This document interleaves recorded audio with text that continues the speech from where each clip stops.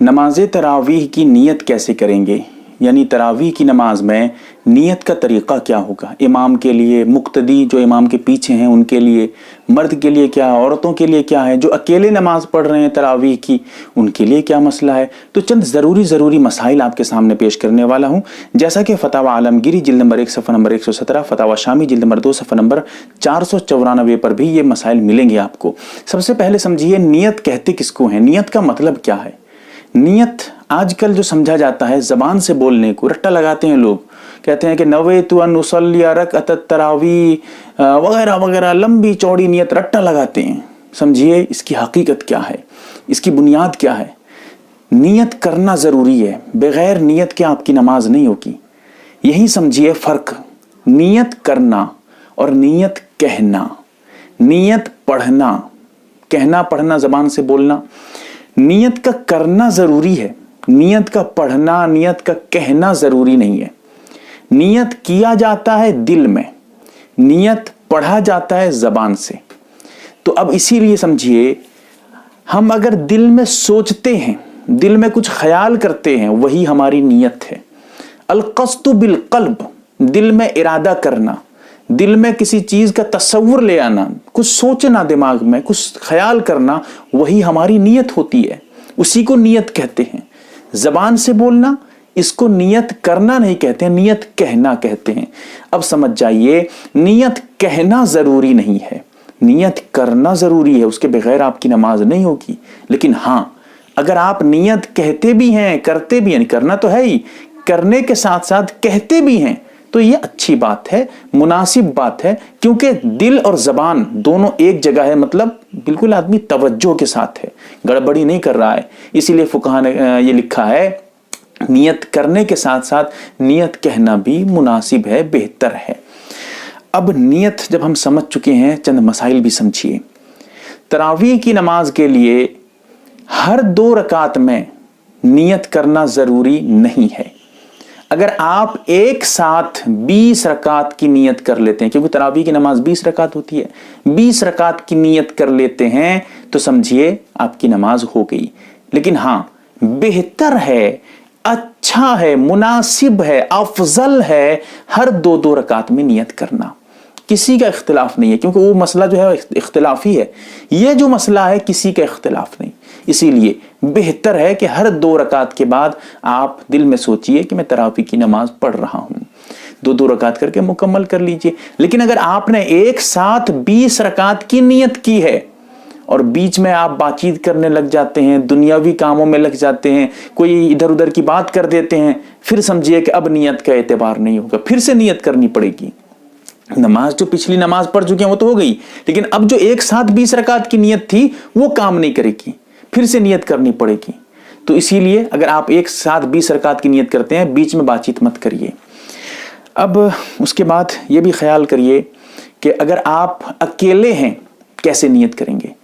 नियत सिर्फ इतना सोच लीजिए, ज़बान से कह भी सकते हैं, जैसे मैंने कहा कि मैं तरावीह की 2 रकात नमाज पढ़ रहा हूं। अकेले हैं, मर्द हैं तो मर्द के लिए भी यही है, औरतें हैं तो पढ़ रही हूं, जो है तस्निया का सेगा लगा दें। मैं सबसे शॉर्टकट और सबसे आसान नियत, और ये नियत बहुत आसान है, क्या है, मैं 2 रकात तरावीह की नमाज पढ़ रही हूं, बस अल्लाह अकबर कह के नमाज शुरू कर दीजिए। लंबी चौड़ी कि मेरा रुख काबे शरीफ की तरफ अल्लाह के वास्ते अदा कर रही हूं, कुछ ज़रूरत नहीं। सब जानते हैं कि रुख किबले की तरफ है, खुद अल्लाह ताला जानता है, अल्लाह के लिए ही पढ़ते हैं नमाज, थोड़ी नहीं किसी और के लिए पढ़ते हैं। कहने की ज़रूरत नहीं है, इतना ही कह दीजिए काफ़ी हो जाएगा, जितना मैंने कहा काफ़ी है, यही आपके लिए बहुत है। अगर आप अकेले हैं तब ये बात कह रहा था, लेकिन अगर आप इमाम हैं तो फिर नियत करिए मैं 2 रकात तरावीह की नमाज पढ़ा रहा हूं, क्योंकि अकेले थे तो पढ़ रहा हूं, लेकिन यहां पढ़ा रहे हैं इमाम बन के, तो पढ़ा रहा हूं। अगर आप पढ़ रहा हूं नियत करेंगे तो मुक्तदी की भी नमाज तो हो जाएगी, लेकिन आपको सवाब नहीं मिलेगा इमामती का। इसीलिए आप पढ़ाने की भी नियत करिए कि मैं 2 रकात नमाज पढ़ा रहा हूं, ताकि आपकी भी नमाज हो और नमाज पढ़ाने का भी सवाब मिल जाए। ठीक है, यानी ये मसला ख्याल रखें, کہ मुक्तदी की नमाज सही होने के लिए इमाम के लिए पढ़ाने की नियत करना जरूरी नहीं है। वो अगर अपनी नमाज पढ़ रहा है, आप उसके पीछे पढ़ रहे हैं, तब भी आपकी नमाज हो जाएगी मुक्तदी की हैसियत से, ठीक है। लेकिन अगर इमाम के पीछे औरतें भी नमाज पढ़ रही हैं, आजकल होता है घर घर में चलता रहता है मामला, तो ये तो लंबा मतलब बहुत ज्यादा लंबी बातें छोड़ रहा हूं इसको, वो मसला अलग है, यहां नियत के ऊपर बात हो रही है। अगर इमाम के पीछे औरतें भी हैं तो इमाम के लिए जरूरी है वो ख्याल करे, वो नियत करे, वो सोचे कि मैं औरतों को भी नमाज पढ़ा रहा हूं, यानी मैं 2 रकात तरावी की नमाज पढ़ा रहा हूं, औरतें भी शामिल हो रही हैं, अल्लाह अकबर कह के नियत बांध ले।